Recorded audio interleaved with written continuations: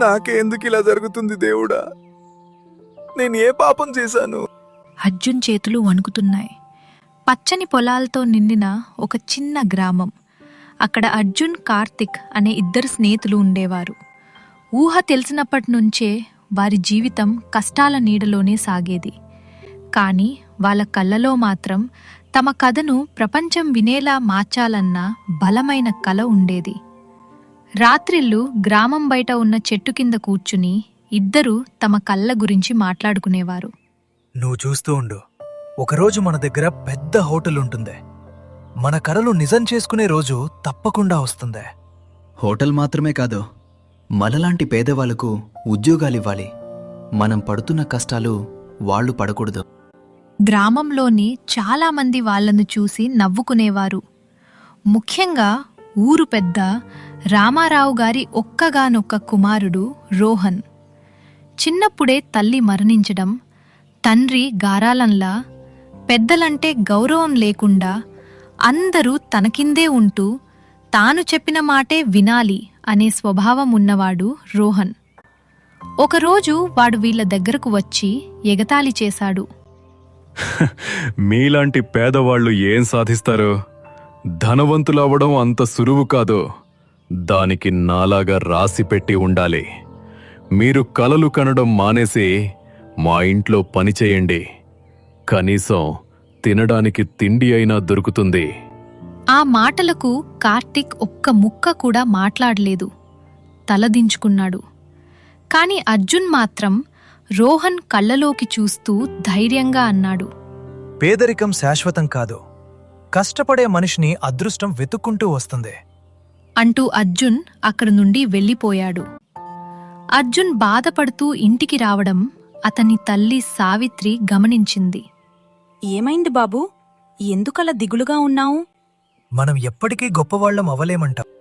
పేదవాళ్లు పేదవాళ్లులాగే మిగిలిపోవాలంట రోహన్ అంటున్నాడు. సావిత్రి అమ్మ ఒక్క నిమిషం బాధపడినా వెంటనే చిరునవ్వుతో కొడుకును ఓదారుస్తూ ఇలా అంది. బాబూ, మన ఆశయం గొప్పదైనప్పుడు ఏదో ఒక రూపంలో మనకు ఆటంకాలు వస్తూనే ఉంటాయి. అవన్నీ దాటుకుని వెళ్ళినప్పుడు మాత్రమే నువ్వు గొప్పవాడివి అవుతావు. కొన్ని సంవత్సరాల తర్వాత అర్జున్, కార్తిక్ ఇద్దరూ పెద్దవాళ్లయ్యారు. వయసు, రూపం మారినా వాళ్ళు కన్న కలలు, పట్టుదల మాత్రం అలాగే ఉన్నాయి. ఉద్యోగాల కోసం ఇద్దరూ పట్టణానికి వెళ్లారు. చాలా చోట్లలా పని అడిగారు. ఇంతకుముందు ఎక్కడైనా పనిచేశారా? మీకు ఎలాంటి అనుభవం ఉంది? మా కంపెనీలో అనుభవం ఉన్న వాళ్లకు మాత్రమే అవకాశం ఉంది అని అడిగి అందరూ వాళ్లను తిరస్కరించారు. ఒకరోజు అలసిపోయి రోడ్డు పక్కన కూర్చుని ఇద్దరూ మాట్లాడుకుంటున్నారు. కార్తీక్, నీకేమైనా పని దొరికిందా? లేదర్జున్, అందరూ అనుభవం ఉండాలి అంటున్నారు. అసలు పని ఇవ్వకపోతే అనుభవం ఎలా వస్తుంది? నాది కూడా అదే పరిస్థితి. ఈ నగరంలో మనలాంటి వాళ్ళు ఇంకా చాలామంది ఉన్నారు.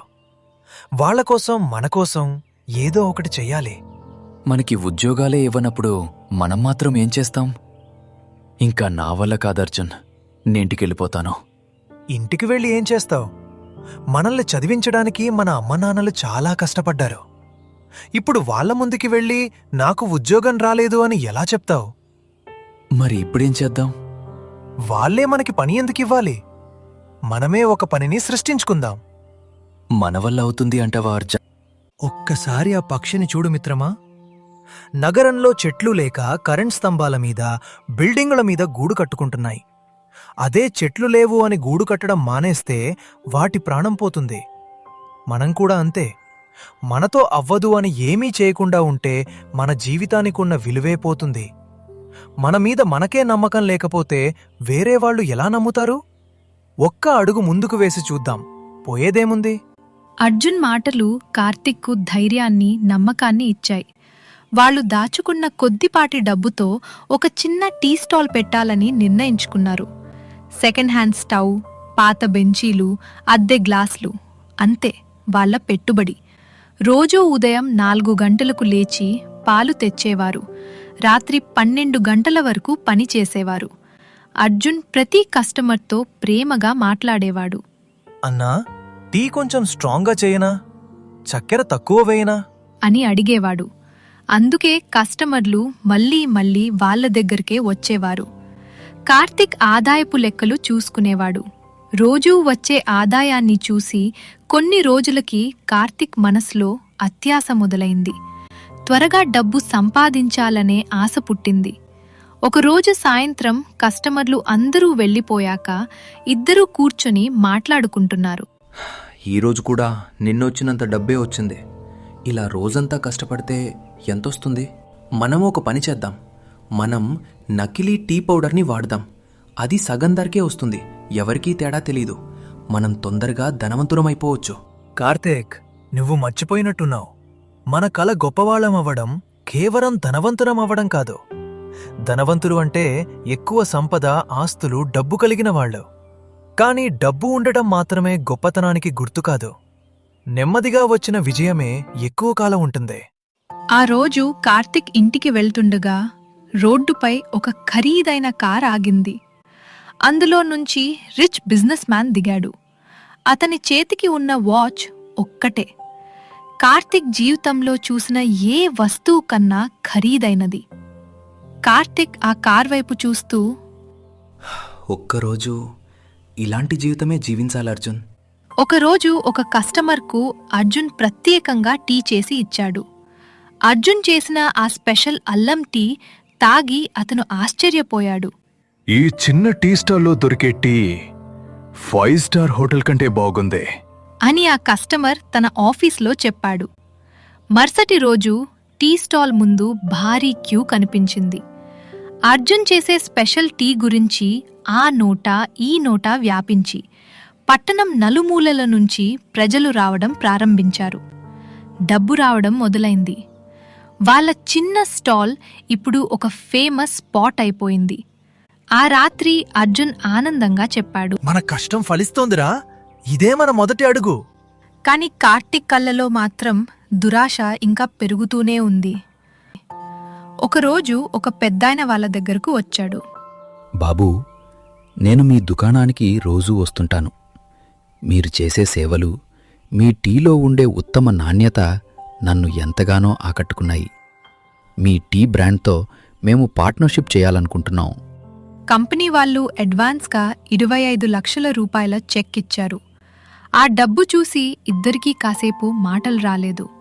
అర్జున్ కళ్ళలో ఆనంద బాష్పాలు వచ్చాయి. ఆ రోజు మొదటిసారి ఇద్దరూ మంచి భోజనం చేశారు. భవిష్యత్తు గురించి ఎన్నో కలలు కన్నారు. కాని అదే రాత్రి వారి జీవితాన్ని చీకటిలోకి నెట్టేసింది. ఆ రాత్రి భారీ వాన పడుతోంది. మెరుపులు, గాలులతో పట్టణం మొత్తం ఖాళీ అయిపోయింది. 25 లక్షల డబ్బు బ్యాగ్ని ఇద్దరూ షాప్లోని లాకర్లో పెట్టారు. ఇది మనకు వచ్చిన గొప్ప అవకాశం. ఇలాగే కష్టపడితే మనం ఒకరోజు తప్పకుండా గొప్పవాళ్ళమవుతాం. రేపు ఈ డబ్బును బ్యాంకులో వేద్దాం. కార్తిక్ నిద్రపోలేక బయటికి వచ్చాడు. వర్షంలో పెద్ద పెద్ద బిల్డింగ్స్ వైపు చూశాడు. ఒకవైపు చిన్న టీ స్టాల్, మరోవైపు కోట్ల రూపాయల వెలుగులు. అతని కళ్ళలో మొదటిసారి కలల కంటే డబ్బు పెద్దదిగా కనిపించింది. టీ స్టాల్ దగ్గర సీసీటీవీ ఒక్కసారిగా ఆఫ్ అయింది. వర్షం కారణంగా కరెంట్ పోయింది. అదే సమయంలో కార్తిక్ నెమ్మదిగా షాప్ తలుపు తెరిచాడు. అతని చేతులు వణుకుతున్నాయి. కొన్ని క్షణాలు లాకర్ ముందు నిలబడ్డాడు. అర్జున్తో గడిపిన చిన్ననాటి జ్ఞాపకాలు గుర్తొచ్చాయి. కాని 25 లక్షల డబ్బును చూసి అతని అత్యాశ పరాకాష్ఠకు చేరుకుంది. మనసులో స్నేహితుణ్ణి మోసం చేస్తున్నాననే బాధ ఉన్నా అతని దురాశే అతన్ని ఓడించింది. అతను డబ్బు బ్యాగ్ తీసుకుని ఆ చీకట్లో మాయమైపోయాడు. మరుసటి ఉదయం అర్జున్ షాప్ దగ్గరకు వచ్చాడు. తలుపు సగం తెరిచి ఉంది. లోపలికి వెళ్లి చూసి ఒక్కసారిగా షాక్ అయ్యాడు. లాకర్ ఖాళీగా ఉంది. డబ్బు లేదు. కార్తిక్ కుడిపించలేదు. టేబుల్ మీద ఒక చిన్న ఉత్తరం మాత్రమే ఉంది. అర్జున్ వణుకుతున్న చేతులతో ఆ ఉత్తరాన్ని తెరిచి చదవడం ప్రారంభించాడు. ఆ ఉత్తరంలో కార్తిక్ ఇలా రాశాడు: అర్జున్, నన్ను క్షమించు. నాకు గొప్పవాణ్ణి అవ్వాలని లేదు. నీతో ఉంటే నేను ఎప్పటికీ ధనవంతుణ్ణి అవ్వలేను. ఏం చేస్తాను గొప్పవాణ్ణయ్యి? మనం ఆకలితో కడుపు మార్చుకుని నిద్రపట్టక అలమటిస్తున్నప్పుడు ఎక్కడున్నారు ఈ గొప్పవాళ్ళు? ఈ ప్రపంచం మంచివాళ్ల కోసం ఆగదు అర్జున్. ఇక్కడ ప్రేమ కంటే డబ్బుకే విలువ ఎక్కువ. నువ్వు నాకేం చేశావు అని ఆలోచిస్తారు తప్ప నేను వాళ్ళకి ఏం చేయాలి అని ఆలోచించరు. నేనంతే. ఆ ఉత్తరం చదివిన అర్జున్ కాళ్ళు వణికిపోయాయి. అతనికి డబ్బు పోయిందనే బాధ కంటే తన ప్రాణ స్నేహితుడే మోసం చేశాడనే బాధ ఎక్కువైంది. అర్జున్ పదే పదే కార్తిక్కు ఫోన్ చేశాడు. Switched off. మళ్ళీ చేశాడు. Switched off. అర్జున్ నేలపై కూర్చుని బిక్కర్గా ఏడవసాగాడు. డబ్బు పోయింది. హోటల్ కంపెనీ కాంట్రాక్ట్ క్యాన్సిల్ చేసింది. అప్పులు పెరిగిపోయాయి. టీ స్టాల్ కూడా మూసేయాల్సి వచ్చింది. గ్రామంలోని వాళ్ళు మళ్లీ నవ్వడం ప్రారంభించారు. నీ స్నేహితుడే నిన్ను మోసం చేశాడు. నువ్వు బిజినెస్ చేస్తావా? గొప్పవాడివవుతావా? కొన్ని రోజుల పాటు అర్జున్ పూర్తిగా కృంగిపోయాడు. ఒకరోజు ఇంట్లో పాత వస్తువులు చూస్తుండగా తన తల్లి ఫోటో కనిపించింది. ఆమె చెప్పిన మాటలు గుర్తొచ్చాయి. నీ కల గొప్పదైనప్పుడు నీ దారిలో ఎన్నో ఆటంకాలు వస్తాయి. వాటి అన్నింటినీ దాటినప్పుడు మాత్రమే నువ్వు గొప్పవాడివవుతావు. ఆ మాటలు అతనిలో మళ్లీ అగ్ని రాజేశాయి. నేను ఓడిపోలేదు. నా ఒంట్లో శక్తి ఉన్నంతవరకు నేను కష్టపడతాను. నేను విజయం సాధించే వరకు ఓటమిని అంగీకరించను. మరుసటి రోజు నుంచే అర్జున్ మళ్ళీ చిన్నగా ప్రారంభించాడు. ఒక్కడే టీ అమ్మడం మొదలుపెట్టాడు. ఉదయం నుంచి రాత్రి వరకు అలసట లేకుండా కష్టపడ్డాడు. కొత్త ఫ్లేవర్స్ పరిచయం చేశాడు. ఇలాచీ tea, chocolate tea, special masala tea. ప్రజలు మళ్ళీ రావడం ప్రారంభించారు. అతని నిజాయితీ, అతని చిరునవ్వు, అతని క్వాలిటీ ఇవి మళ్ళీ ఒక బ్రాండ్గా మారాయి.